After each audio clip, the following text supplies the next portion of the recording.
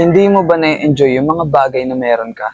Baka hindi mo lang napapansin. Masyado ka na yatang nagkukumpara sa iba kaya wala nang halaga yung sayo. Hindi ka talaga magiging masaya niyan. Subukan mong tingnan yung mga blessings na meron ka.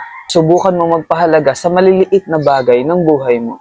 Napakapayapa at napakagaan kapag grateful ka sa lahat. Kahit na maliit na bagay lang, magpapasaya na talaga sa'yo. At hindi mo na kailangan maghanap ng kulang dahil kontento ka na at nagpapasalamat.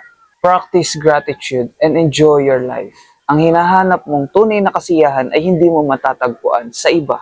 Ito ay nasa iyong pagpapahalaga at pagtanaw sa mga bagay na meron ka kahit na maliit lang. Nakakahambol yun kapag alam mo yung sarili mong value at alam mo kung paano ito gamitin. Hindi ka magkukulang at ang buhay mo ay payapa. Once na ma-realize mo kung gaano ka ka-blessed today, ikaw ay sapat at higit pa sa inaasahan mo. Again, this is Romeo and follow for more.